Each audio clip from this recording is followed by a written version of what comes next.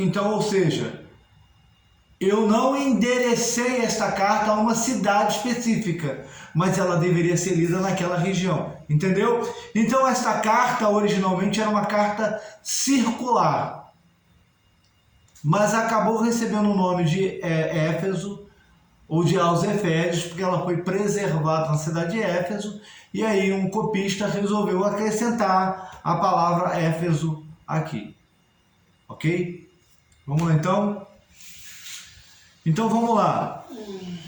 Para quem ele escreveu? Ele escreveu para todas as igrejas que pertenciam à capital do Império Romano da Ásia, que era Éfeso. Então ele escreveu a todas as igrejas das cidades que pertenciam, que eram administradas por Éfeso. Ok? Então, para quem ele escreveu, para estas igrejas, nestas cidades. Não apenas a cidade de Éfeso, mas todas elas. Tranquilo? Respondida a pergunta, tá claro para os irmãos? Terceira pergunta, quando ele escreveu?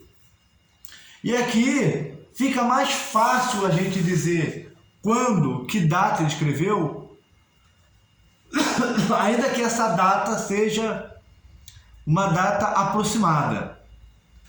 Porque ele dá um dado, o apóstolo Paulo, ele transmite um dado, uma informação, que nos dá essa pista. Que informação que ele diz? Que ele está preso, ele é um prisioneiro. Então a gente pode situar esta carta com um certo grau de precisão entre o ano 60 e 61 depois de Cristo. Então, quando ele escreveu? Ele escreveu quando estava preso em Roma, no ano 60 ou 61 depois de Cristo. Então, quando ele escreveu, entre o ano 60 e 61 depois de Cristo. Ok? Quarta pergunta. De onde ele escreveu, já foi explicado. Da prisão da casa alugada, ele escreveu de Roma. Ele escreveu de Roma, da prisão da casa alugada em Roma, ok? Agora, por que ele escreveu? E aqui a gente entra na parte mais importante da aula. Por que ele escreveu? Ele escreveu para transmitir àquela igreja algumas informações importantes. Ele escreveu por um propósito doutrinário e exortativo esta carta. E também é uma carta pastoral. Ok? Mas aí é importante a gente entender, ou seja, pastoral no sentido dele estar transmitindo doutrinas importantes para a igreja. Não é pastoral no sentido de ele estar escrevendo para outro pastor, conforme as outras epístolas, mas é pastoral porque ele está transmitindo orientações pastorais para aquela igreja, ok? E aí, lembra que a gente sempre fala que os livros da Bíblia, eles têm um tema, eles têm um assunto. E qual é o assunto da carta aos Efésios? O que esse assunto é importante porque ele resume toda a carta. Qual é o assunto principal da carta aos Efésios? Mostrar que a igreja... Oi? Mostrar que a igreja é o povo de Cristo. Né? Exatamente. A edificação da igreja. A edificação. Essa carta ela é muito semelhante à carta aos Colossenses.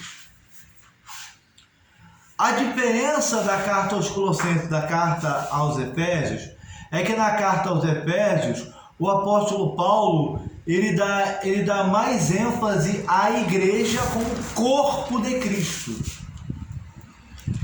E a carta aos Colossenses dá mais ênfase a Cristo como cabeça da igreja. Então, são assuntos muito parecidos, mas com ênfases diferentes. Então, nesta epístola, o apóstolo Paulo enfatiza que a igreja é o corpo de Cristo, ok? Vamos lá. Adentrando aqui um pouco mais nos assuntos. Então, ele escreve para a edificação da igreja. E aí ele transmite algumas informações importantes. Ele transmite, em primeiro lugar, que a igreja ela é formada por judeus e gentios. Capítulo 2, versículos 14 a 16. Pastor Valdenise, pastor Valdinei. Sem Bíblia. O pastor Arão usou minha Bíblia no evento aí, ficou com ele a Bíblia, não me entregou. Eu pedi ele para trazer, ele não trouxe minha Bíblia. O irmão Valdinei. Não, Valdinei sou eu. Valdenísio. Pode ler, não. Lê aí para nós. Valdenísio, pode ler. Efésios capítulo 2, versículos 14 ao 16. Esqueci que eu tenho a Bíblia também. Está tudo embolado. Opa, então lê aí, pastor, lê aí. Pode ler? Já vou ler. Pode ler. Capítulo 2, versos 14 a 16. Porque ele é a nossa paz, o qual de ambos os povos fez um, e derrubando a parede de separação que estava no meio, na sua carne, desfez a inimizade, isto é, a lei dos mandamentos que consistia em ordenança para criar em si mesmo um novo homem, fazendo a paz, e pela cruz reconciliar ambos com Jesus, com Deus, em um corpo, matando com elas as inimizades. Obrigado. Então, quando ele fala ordenanças aí, ele não está falando da lei de Moisés. Ele está falando desta regra que os judeus colocaram, que para entrar no templo, para entrar naquele lugar mais interior do templo, tinha que ser um judeu. Não poderia ser um gentil, ainda que esse gentil fosse convertido. Só poderia entrar naquela parte mais interior quem fosse judeu, ok? Aí existia essa ordenança escrita lá na parede de separação. E aí ele coloca essa parede de separação aí porque no templo existia essa parede, essa cerca, que dizia não passe daqui. Gentil, goi, palavra goi em hebraico quer dizer gentil, estrangeiro, não passe daqui, ok? Então, ele está dizendo aí que de ambos os povos Deus fez um, ou seja, de judeus e gentios Deus fez apenas um povo, ou seja, o amor de Cristo nos une. O amor de Cristo une judeus e gentios. Ok? Então ele está dizendo o quê? Que a parede de separação acabou. Então a fé em Jesus une tanto judeus, crentes em Jesus, quanto gentios, crentes em Jesus. Antes éramos inimigos da fé. Éramos inimigos de Deus por conta das nossas ações. Agora Cristo nos aproximou de Deus, nos tornando santos. Ok? Essa é a primeira grande lição da carta aos Efésios.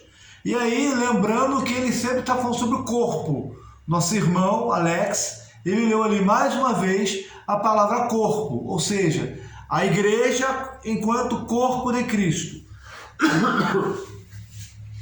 Em segundo lugar, ele revela nesta epístola um mistério. Pastor, desculpa que minha esposa está falando comigo aqui, tá? Não escutou? Tá, à vontade. Ela aqui que ela vontade. está saindo daqui a pouco, vai me aguardar lá para a faculdade.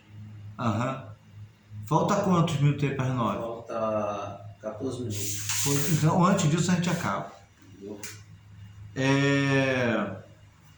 E aí, em segundo lugar, existe um mistério oculto que foi revelado nos dias dos apóstolos. Que mistério oculto é esse? Capítulo 3, versículos 3 a 6 e o versículo 10.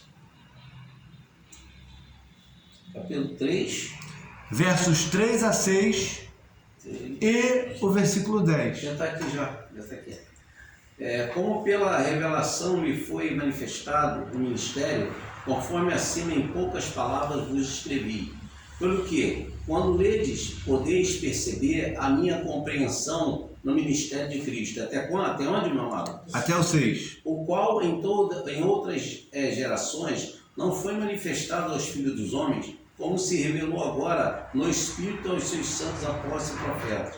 A saber, que os gentios são co-herdeiros e membros do mesmo corpo e co-participantes da promessa em Cristo Jesus por meio do Evangelho.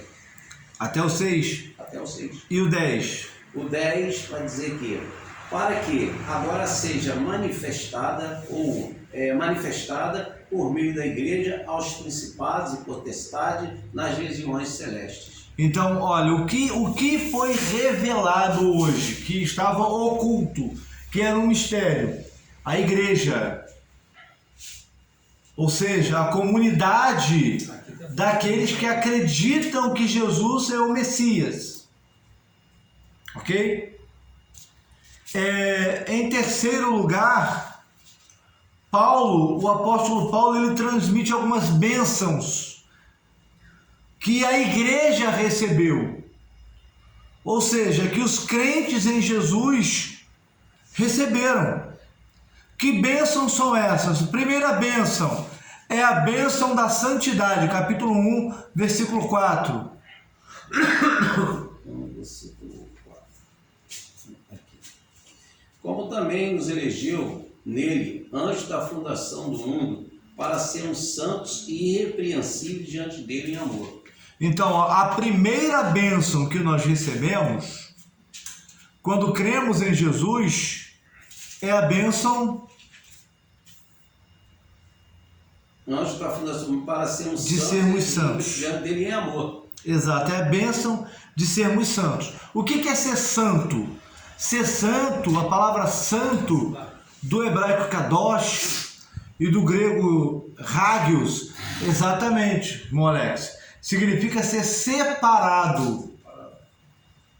Significa estar separado para Deus, afastado do pecado, afastado do mundo e aproximado a Deus através do Senhor Jesus. Segunda bênção, nos tornou filho, capítulo 1, verso 2. Aliás, capítulo 1, verso 5. E nos predestinou para sermos filhos de adoção por Jesus Cristo para si mesmo, segundo o beneplácito de sua vontade. Então vejam bem, a segunda bênção que nós recebemos é que nós nos tornamos filhos de Deus, co-herdeiros com Cristo. É a segunda bênção. Terceira bênção, recebemos a remissão dos nossos pecados. O que é remissão? Remissão, na linguagem bíblica do Antigo Testamento, era quando acontecia o seguinte: vamos supor, Deus nos livre e guarde, está repreendido em nome de Jesus, mas o irmão Alex tem uma dívida tão grande que na época de Jesus, na época do Senhor Jesus, perdão, quando estava entre nós, Quando o irmão Alex, se o irmão Alex não conseguisse pagar a dívida, ele e a família dele Escravos. se tornavam escravos. Até o ano do jubileu. Não, a orelha veio depois. Essa é. Ou seja, não era exatamente até o ano do jubileu, era até o ano do descanso.